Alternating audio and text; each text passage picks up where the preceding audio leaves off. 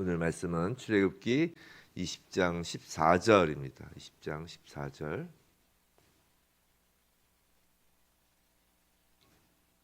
우리 한 목소리로 읽겠습니다. 간음하지 말라. 두 번 더 읽죠. 간음하지 말라. 간음하지 말라. 오늘 십계명 7번째 시간 거룩하신 하나님이라는 제목으로 말씀을 전하겠습니다. 간음하지 말라. 지금까지 한번 좀 복습을 해볼까요? 첫 번째 날이 뭐였죠?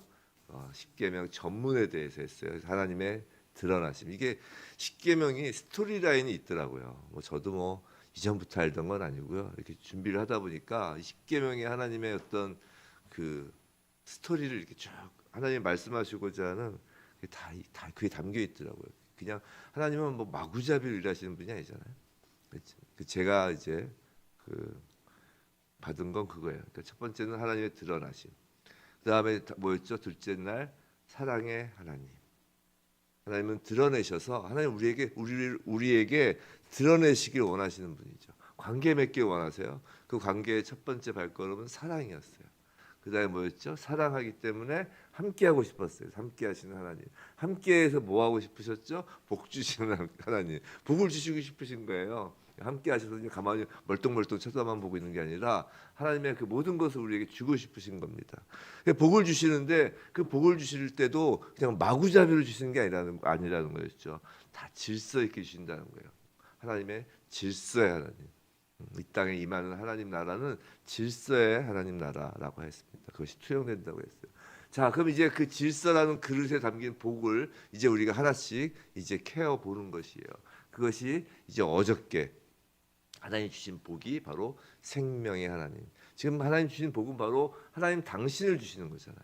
그러니까 우리 십계명을 통하여 하나님의 그 신성과 하나님의 능력을 볼 수 있는 거예요, 지금. 그러니까 생명의 하나님, 창조주 하나님의 그 모습을 어저께까지 봤어요. 그리고 이제 오늘은 거룩하신 하나님입니다. 오늘은 간음하지 말라. 이 계명을 주신 것은 하나님의 복, 우리에게 주시는 복 중에 거룩을 우리에게 지금 주시는 거예요. 그리고 그 거룩의 통로로 바로 인간 공동체, 첫 인간 공동체인 부부에 대하여 이야기를 하고 있는 것이에요. 사실 이 간음하지 말라 이 주제로 설교하는 것은 쉬운 것이 아닙니다. 왜냐하면 일단은 우리 삶 가운데 겉으로 드러나지 않고 또 은밀한 부분이 성에 관한 거잖아요. 성에 관한 거. 이 성에 관한 것이기 때문에 사실 말하기 쉽지 않아요. 또 성에 관한 또 시대적 관점, 조류가 또 예전과 지금 많이 다르기 때문입니다. 그래서 이거 섣불리 잘못 얘기하면 이제 꼰대 소리를 듣기 가장 이제 쉬운 거죠. 도둑질하지 말라. 이거 지금 젊은 친구들에게도 도둑질하지 말라 그런다고 해서 꼰대 소리는 안 듣겠죠. 근데 이 간음하지 말라. 이 성에 관한 것은 이 시대 사조가 많이 달라졌기 때문이에요. 그럼에도 불구하고 이 간음하지 말라는 이 계명은 단순히 개인적인 문제로서의 성이 아니라는 것이에요. 방금 시작할 때 제가 말씀드린 것처럼 이 땅에 실현되는 하나님 나라라는 그 공동체의 질서, 기본 원칙이고 시대 조류에 휩쓸려서는 안 되는 매우 소중한 가치를 지닌 계명이라는 것이에요. 하나님께서 우리에게 복을 주시기 위한 계명이라는 것이에요. 자, 살인하지 말라. 어저께 봤죠? 이 살인하지 말라라는 계명과 같이 오늘 계명인 간음하지 말라 역시 매우 간결한 형태를 취하고 있어요. 어떤 목적어도 없고 수식어도 없습니다. 그냥 간음하지 말라가 전부예요. 그래서 살인하지 말라 어저께 그렇게 보았죠. 그 살인하지 말라에 해당하는 그 히브리어 라차흐를 통해서 의미를 깨달았어요. 오늘 간음하지 말라 역시 간음에 해당하는 히브리어 동사 이것은 나아프인데요. 나아프를 먼저 잠깐 살펴볼까 합니다. 이 간음하다에 해당하는 동사 나아프는 이 모든 종류의 불법적인 성관계를 가리키는 동사인 히브리어 자나와 달라요. 그러니까 모든 종류의 불법적인 성관계를 가리키는 그 불법적인 성관계를 총칭하는 단어는 자나고 이 자나 안에 포함되어 있는 특별한 성문제라는 것이에요. 그게 나아프라는 것이에요. 뭐냐면 바로 결혼한 자들이 부부가 아닌 다른 상대와 성관계를 갖는 것을 의미하는 것이에요. 쉽게 말해서 간음하지 말라라는 것은 이 7계명은 단순히 개인의 성에 관한 문제에 머무는 것이 아니라 혼인 관계가 하나님의 주된 관심사라는 것이에요. 부부 관계가 주된 관심사라는 것이죠. 이 5계명 기억해 보면 5계명은 부모 공경을 위해 하나님 나라 질서 틀을 만들었죠. 6계명 살인을 금함으로 생명의 존귀함을 통해 이 땅에서 인간의 존재를 확보하세요. 그리고 창세기에 하나님께서 친히 만드신 부부라는 첫 번째 인간 공동체를 지금 세우시는 거예요. 지금 창세기가 지금 돌아가고 있는 거예요. 이 10계명을 통해서. 자, 첫 번째 인간 공동체 그것에 대한 것이 바로 7계명인 것이에요. 오늘. 자, 간음하지 말라가 그냥 나온 것이 아니라는 것이에요.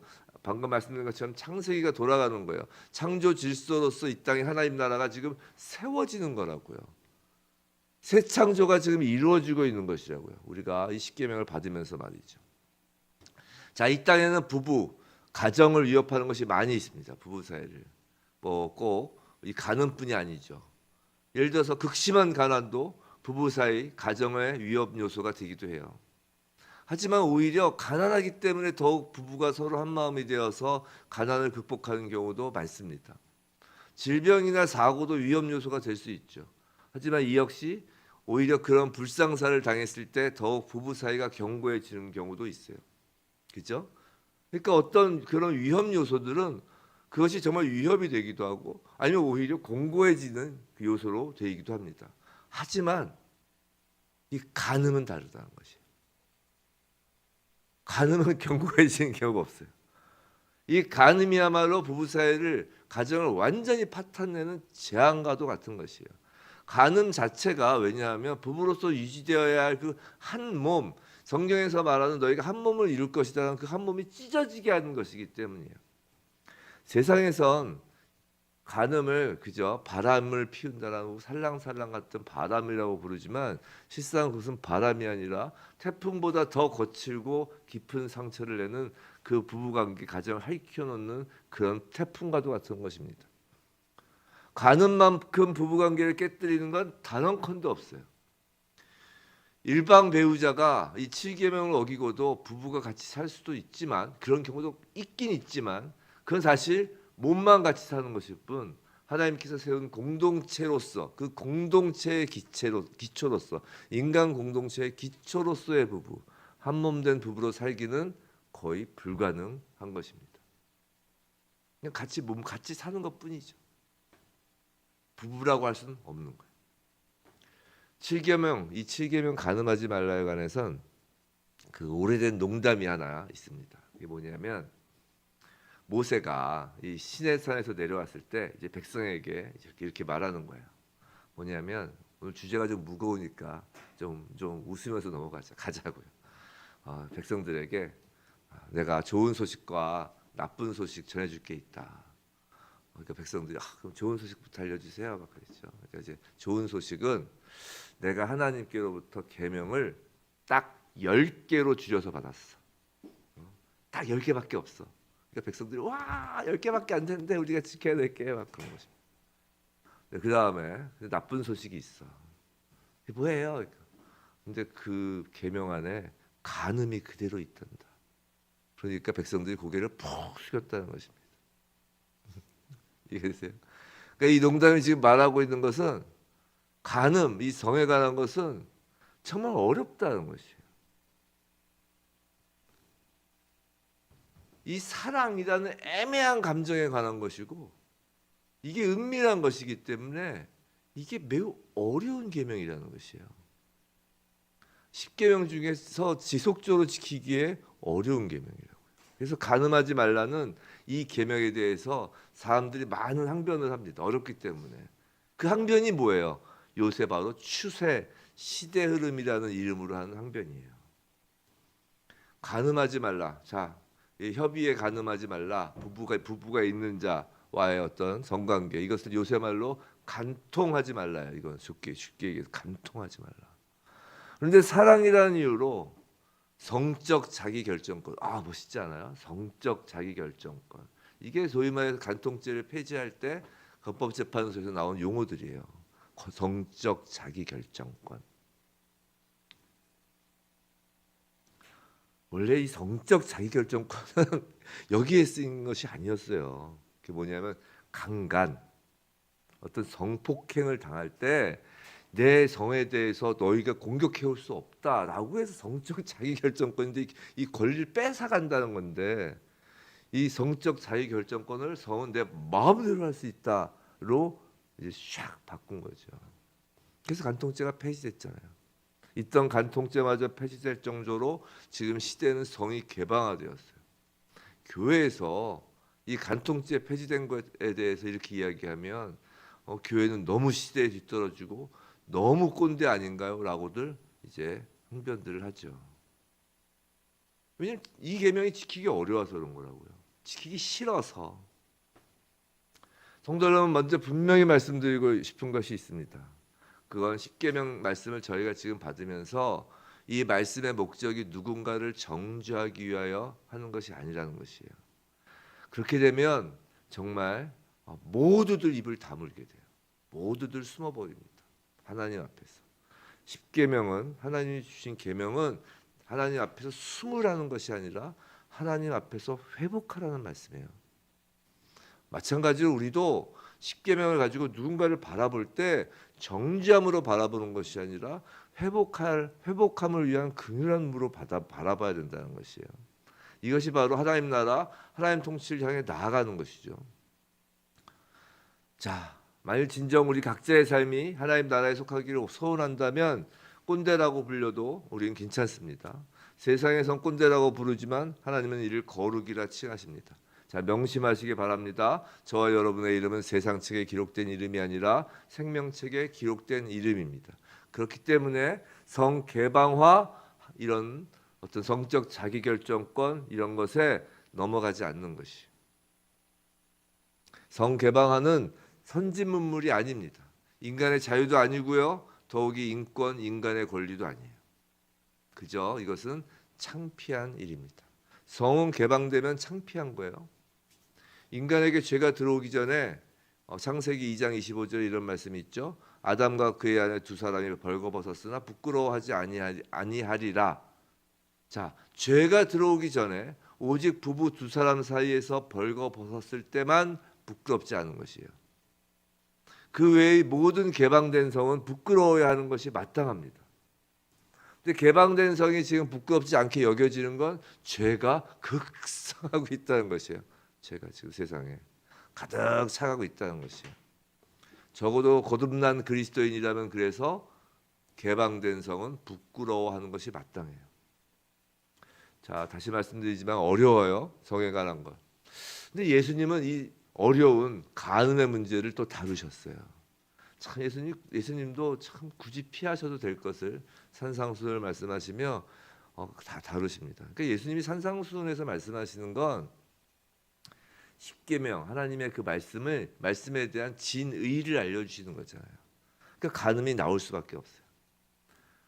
예수님께서는 이 간음과 관련하여 우리에게 말씀을 주시고 또 그것이 왜 힘든 것인지 무엇이 중요한 것인지 핵심 가치를 또 알려주시죠.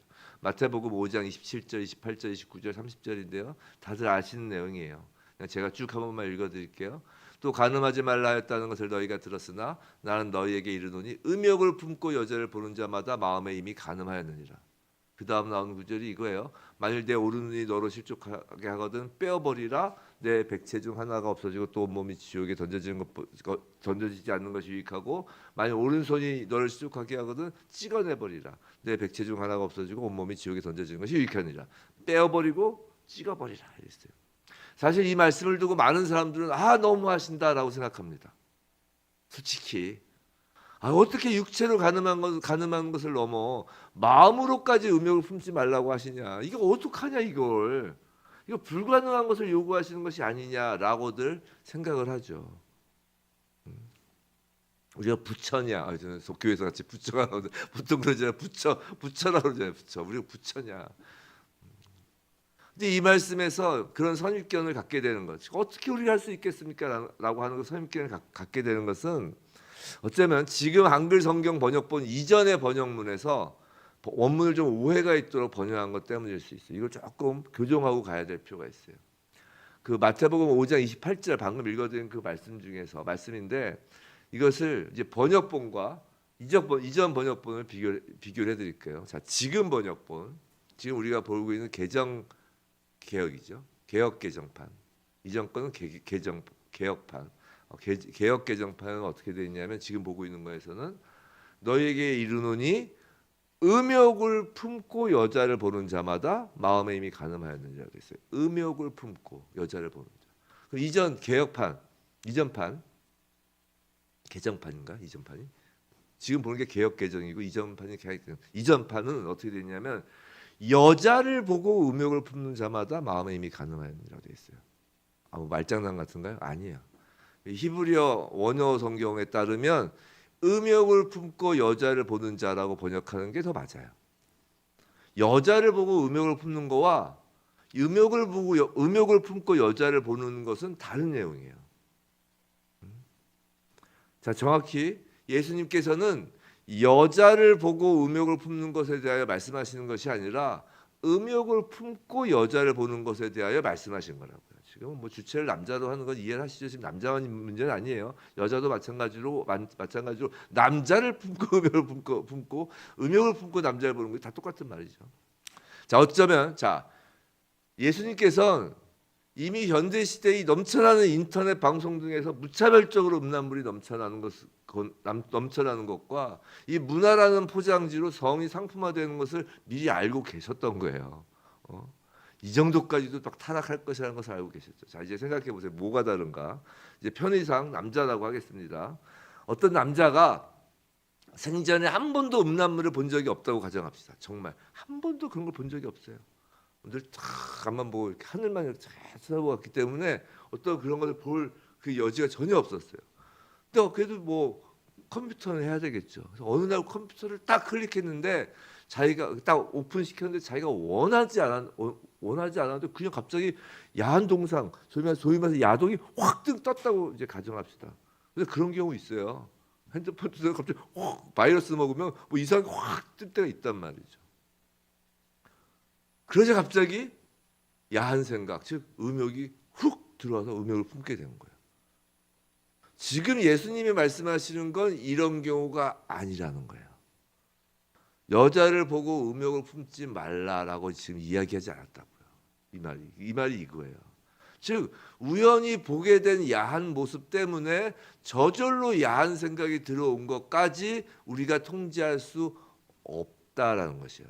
통제하기 어렵다는 것이죠. 그런데 그렇게 그게 이제 그 이전판이죠. 이전판. 자, 그런데 그렇게 한번 야한 생각을 딱 갖게 됐어요. 그러니까 이 남자가 한 번 더 그런 걸 보고 싶은 거예요. 그래서 이제 의도적으로 컴퓨터에서 검색창을 이제 찾아다니기 시작하는 거예요. 그런 건 우리가 통제할 수 있고 해야 한다는 거예요. 다르죠. 이것을 지금 예수께서 말씀하시는 거라고요. 음욕을 품고 여자를 보는 것. 자, 한 번 하면 또 하게 되고 계속 음욕을 품으면 계속 음욕을 품게 되고 더욱 야한 영상을 쫓게 되고 점점 강도가 세워진다는 것이에요. 중독성이 깊어진다는 것이에요. 그것을 단호하게 끊어버리라는 것이에요. 마음에 계속 강도가 세워지면 결국 그것이 행동으로 넘어가잖아요. 행동은 반응이 되는 거라고요. 즉 음욕을 품고 여자를 보는 것은 곧 그 여자를 간음하는 행동으로 이어지게 돼 있다고요. 그럼 또 이런 이야기를 합니다. 이런 항변을 하죠. 한번 야한 장면이 노출된 상황에서 품게 된 음욕인데 그것을 어떻게 지우나요? 어렵다고요. 라고 항변을 하죠. 그렇잖아요. 그래서 예수님이 그 방법까지 말씀해 주시는 거예요. 그 방법이 뭐예요? 눈을 빼라는 거예요. 지금 예수님이 농담하시는 게 아니에요. 눈을 빼라는 거예요. 손을 찍어 버리라는 거예요. 성도 여러분, 이걸 농담으로 받아들이시면 안 돼요. 그렇게 해야 된다는 거예요. 그만큼 어렵다는 것이에요. 그만큼 한번 음욕이 들어오면 그 음욕의 그 방향성, 음욕의 그 중독성, 음욕의 그 전파성이 그만큼 끊어버리기가 어렵다는 것을 지금 이야기하시는 거라고요. 눈을 뽑아버려야 될 정도로, 손을 찍어버려야 될 정도라는 것이에요. 그런데 그걸 하라는 건 무슨 말씀이냐면 포기하지 말라는 거예요. 포기하지 말고 계속 그 음욕의 중독성과 음욕의 그 전파성, 그것을 계속해서 스탑을 외치라는 것이에요. 눈을 빼고 손을 찍어낼 정도의 마음으로 하나님의 자녀로서의 그 거룩함을 지켜내라는 것입니다. 하나님께서 분명히 내가 거룩하니 너희도 거룩하라라고 하나님의 자녀에게 말씀하셨어요. 거룩함의 그 마지노선이 바로 성의 거룩함이라고요. 역사상 어떤 문명도 간음을 너그럽게 그 나라의 문화로 받아들여서 지속된 문명이 없다고요. 간통죄를 폐지했을 때부터 우리나라의 문명은 점점 미국으로 빠지는 거라고요. 아무리 네온사인이 밝아지고 아무리 건물이 높게 올라가도 그 지하에 퍼져 있는 그 많은 음란 시설들로 우리나라는 점점 무너져 가는 거라고요. 하나님께서 가나안 땅 우상신을 섬기는 자들에게 가장 가증스럽게 여긴 것이 바로 성의 문란이었잖아요. 이 시대에 간통죄가 폐지되고 동성애, 혼전, 동거 등이 아무렇지도 않게 여겨지는 것은 마지막 때가 정말 가까이 왔다는 징조라고요. 크리스찬 성도 여러분, 제발 그것을 혼수라고 우스갯소리로 이야기하지 말라고요. 회개의 문이 닫혀지기까지 골든타임은 정말 얼마 남지 않았다고요.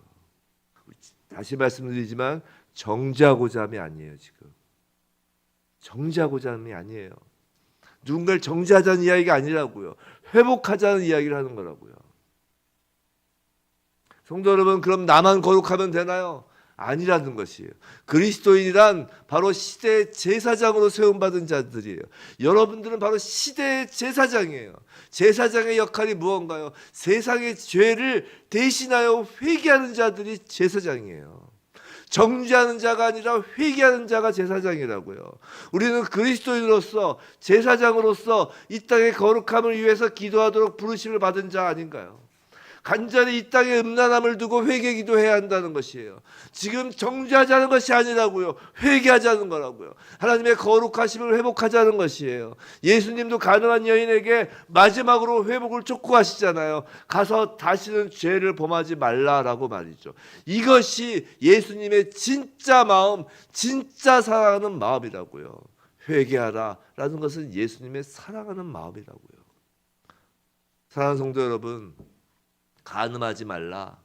이 계명은 우리의 가슴에 찔림이 되어야 돼요. 나는 뭐 간음 안 했으니까가 아니라 이 시대를 보며 교회가 회개하여야 한다고요. 간통죄가 폐지되고 나서 교회 안에서 얼마나 간통이 범람하는 줄 아시나요? 아직 기다렸다는 듯이 교회가 회개해야 되는 거예요. 교회가 세상을 향해 가서 다시는 죄를 범하지 말라라는 사랑의 메시지를 전해야 되는 거라고요. 부디 간음하지 말라, 이 계명으로 우리가 가슴 새기고 찔림 받고 가서 다시는 죄를 범하지 말라라는 그 말씀이 우리의 삶으로 선포되고, 그리함으로 정말 사랑하는 조국 대한민국, 이 땅의 교회와 우리 모든 그리스도인이 간음으로 돌이켜 하나님의 거룩함을 회복하게 주님의 이름으로 간절히 축원합니다.